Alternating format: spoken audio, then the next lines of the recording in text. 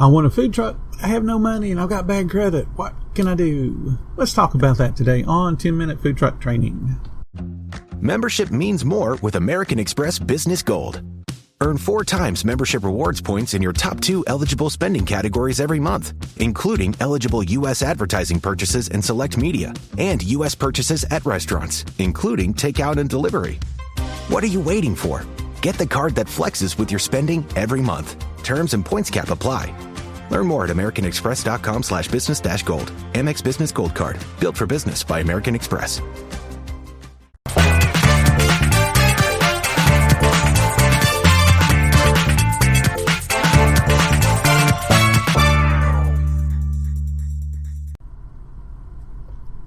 My name is Bill Moore. I'm the founder of foodtrucktraining.group. Getting started with a food truck is expensive, so what should you do if you don't have an extra $50,000 laying around burning a hole in your pocket? First thing is focus on what you can do rather than what you can't. All states have some type of a law that concerns a segment of the food industry called cottage foods. This is a program that allows certain food types to be prepared in your home kitchen, and then you can sell that to the public. The permitted foods are basically shelf-stable foods, meaning they have no requirements for refrigeration, they're safe at room temperature, and they're made with ingredients that require no refrigeration. I want to stress each state has a different set of rules on how you can get started and whether you need permits, what you can sell, how you have to label your products. Some states limit your annual sales. Some states limit where you can sell, how you can sell, if you can do internet sales. So all of those things do vary. But the good thing is most states make it easy. You can get started with a little teeny tiny bit of money and snowball your earnings into a food truck. So the kind of foods you can sell are going to be breads or cakes, cookies, some types of jams, vinegars, hard candies, spice mixes, those kind of things. And each state has some things they add to the list, some things they will take off the list. So you'll have to investigate that for yourself. But again, all those foods can be cooked in a home kitchen. Let's take a simple product like Duncan Hines Brownie Mix. You can get a 4-pack of brownie mix. It costs about $6. You got to add in some eggs. You got to add in the 2 cups of oil. Then you're going to have to package the food with some type of wrap, and you're going to have to label it. So let's say it costs you about $10 total. You're going to head out to the farmer's market or other gathering place where there's a whole bunch of people, and you're going to sell at a super cheap, impulse encouraging price of $1.50.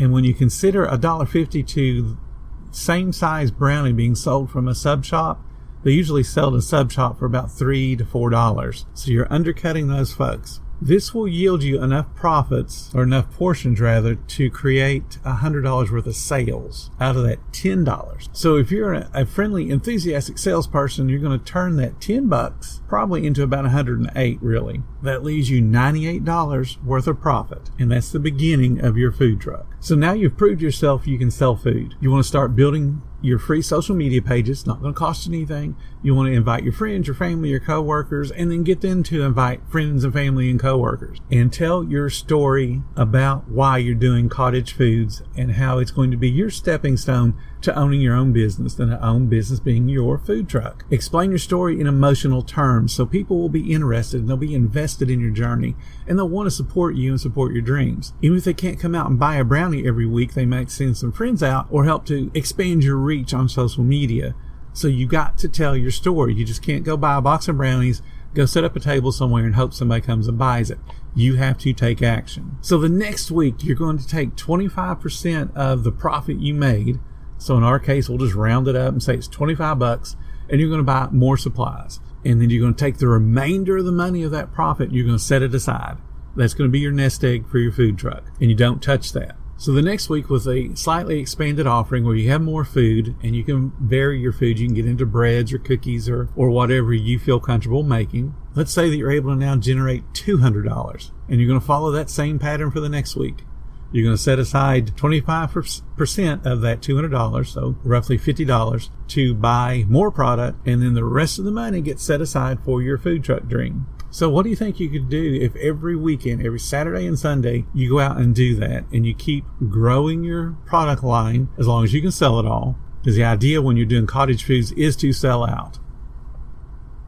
What if you could do that every weekend? How long do you think it would take you to save up enough money for at least a down payment on a food truck or trailer?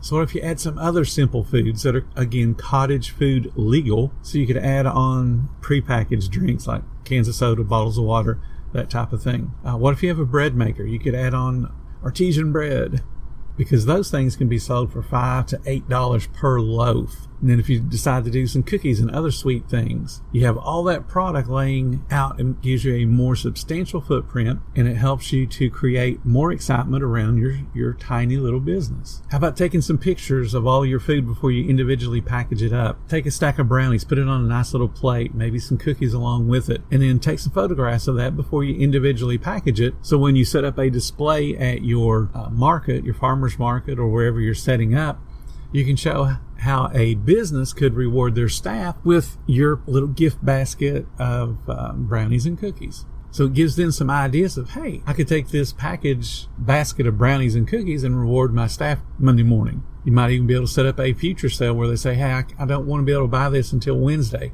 You can say, no problem. I'll make sure we have it ready for you. Pay me now, and I'll deliver it to you Wednesday morning at your office. You can do those kind of things. So let's just work really, really hard for a spring and summer. You're going to generate cash for your down payment and your inventory purchases, or you can just sit around and do nothing. So this time next year, you'll be 1 year older and still no closer to your own financial security, because you decided that I don't want to do cottage foods. I don't want to do something that actually works. So understand at some point your sales are going to stop growing week over week.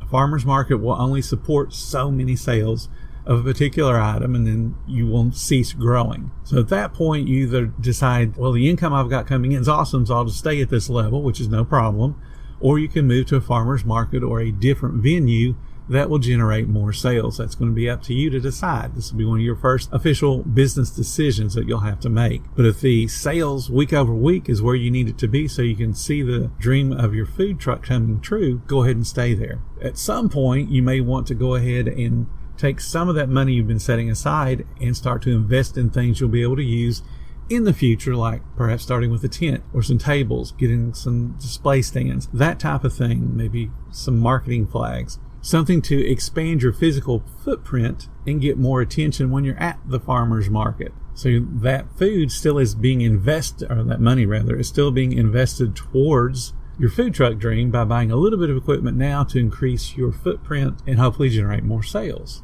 There'll come a point during your growth with your cottage food business where you may think that I've got the tent and I've got some display equipment, and if I go ahead and buy a couple more pieces of equipment, I can turn myself into a tent vendor. That's fine if you want to take that step first before you buy the food truck, because what you can do in most states is just go ahead and get a real food license, just like the food truck would get, and then you're going to be able to do a more complicated menu. The complicated menu would have raw foods on it, perhaps. You're going to be doing more cooking. You can cook on site. So it may change your business from being a cottage food business, but that doesn't prevent you from selling the same foods. It just changes where you do the food prep. So if you get into a real food license, you can no longer prep at home, but you'll have a commissary, and there's where you can do all your food cooking, make your brownies and cookies and other things. So you can continue to sell the same food so you don't disappoint the guests you've already built up, but you've expanded your line because now you can get into selling, raw meats and that type of thing as well. So you can grow from cottage foods into a tent fairly simply. You probably can do it one season if you really work hard at it. So we have a simple process. Start small, earn some money, tell a compelling story, keep your guests interested on social media, set aside all the money you can possibly set aside except what you need to buy more supplies for the next week, and then repeat that process every week, and then grow or expand your food line when it makes sense to you. Next week, we're going to be talking all about marketing. 5 days, we're talking about getting your business noticed and how to generate sales. If you're enjoying our chats, please consider supporting the podcast by clicking the support button. Every little bit helps. If you need more information or just like the camaraderie of like-minded positive people, join our group on Facebook. It's called Food Truck Training, and the links will be in the description. Thank you guys so much for listening. Stay tuned for next week, all about marketing, and please stay profitable, my friends.